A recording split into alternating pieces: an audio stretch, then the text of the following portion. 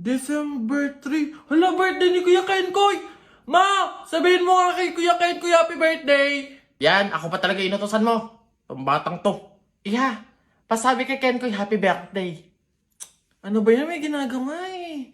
Psst, sabihin mo nga kay Kenkoy happy birthday. Eh pa, lagi na lang ako. Tatay, pasabi nga kay Kuya Kenkoy happy birthday. Iya naman. Ay, Kenkoy! Ay, happy birthday! All night willing you to come, and he said it's supposed to be fun, turning 21.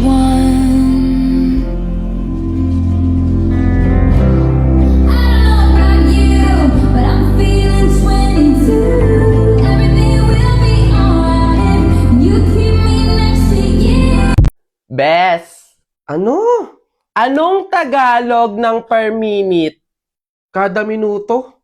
Mali! Bawat minuto, ako'y di natuto. Ipilit mo iba. Bes, chat mo nga yung ex ko. Ha? Bakit? Sabi mo na ako makahiga.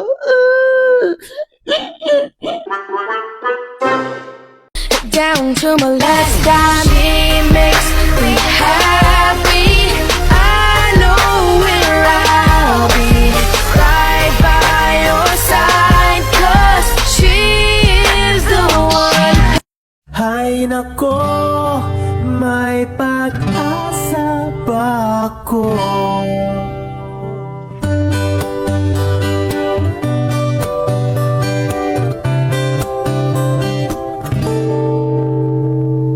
Bakit pagkasama kay nahihiya? Di naman ako ganito pag may kasamang iba. Di mo lang okay na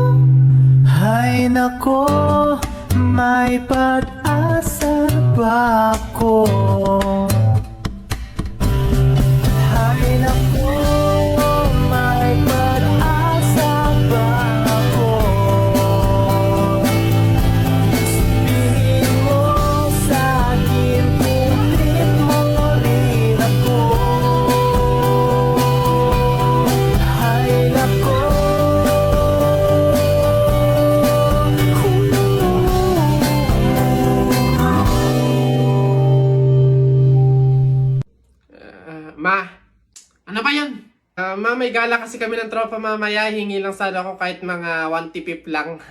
Ayan, Mark Aaron. Diyan ka magaling sa gala. Ni hindi ka man na makapagligpit ng pinggan. Ni hindi nga man na mag-imbis-imbis dito sa bahay. Mano man lang maabutan ka man lang ng kape at nagkakandayuko na dito sa pag-iintindi sa bahay.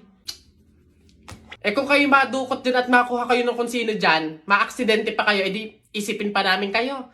Ganyan kayo mga kabataan ngayon eh. Ni hindi nyo naiisip yung mga taong nag-aalala sa inyo. Samantalang kami noon, Mark Aaron, Diyos ko po, sinusuong pa namin ng ilog, makakuha lang ng panggatong, ng pang-inumin. Ay, kayo naman, Diyos ko po, purwisyo ng gala pa ng gala ang nasa isip. Napakadaming pwedeng gawin dito sa bahay. Kung yung igagala mo, inililinis mo ng kwarto mo, kinukudkud mo yung inidoro doon sa likod. Kung kayo'y naabutan ng nanay at tatay ko, ay Diyos ko po, mata lang ang walang latay. Kapag nalaan na kayo'y lumabas ng bahay, akala nyo ba'y tayo'y mayaman? Akala nyo ba'y pinupulot at itinatay lang natin ng pera? Abay, budgetado na nga. Kasi, Diyos ko po, kayo mga kabataan kayo, napakaswerte nyo't hindi nyo naabutan ang hirap ng buhay noon. Kung naabutan nyo, kawawa kayo. Oh, salamat. Kung alam nyo lang, Aaron. Mark Aaron. Buka ng shit. And action. And switch. And action. Now, one, and go. A lot. I love it a lot. Flip. Yun. Cut. Leba ka. Ano ba yan? Nakakabagot naman. Wala man lang akong magawa. Ay, check ko kaya yung Instagram account ko. Tagal ko nang di nabubuksin yun eh.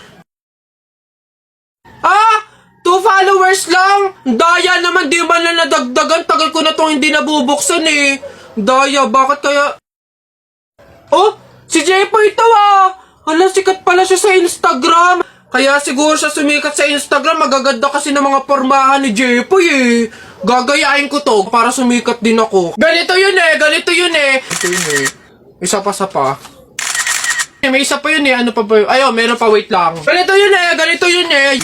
Oh, isa pa. Ayun na, isang oras na. Titignan ko na yung post ko sa Instagram. Baka sikat na rin ako. Wala man lang like, Miss Kisa. Ginaya ko na nga yung mga post ni Jepoy eh. Saan yung Jepoy na yan? Pupunta ko talaga. Yung panapok talaga sa akin yun. Jepoy! Nakita ko yung Instagram account mo, famous ka pala dun ha. Ginaya ko nga yung mga post mo para sumikat din ako. Bakit walang nangyayari? Hindi naman kasi pwedeng manggaya ka lang ng mga tao para lang sumikat ka. Dapat meron ka sariling paraan kung paano mag-entertain ng mga tao. Paano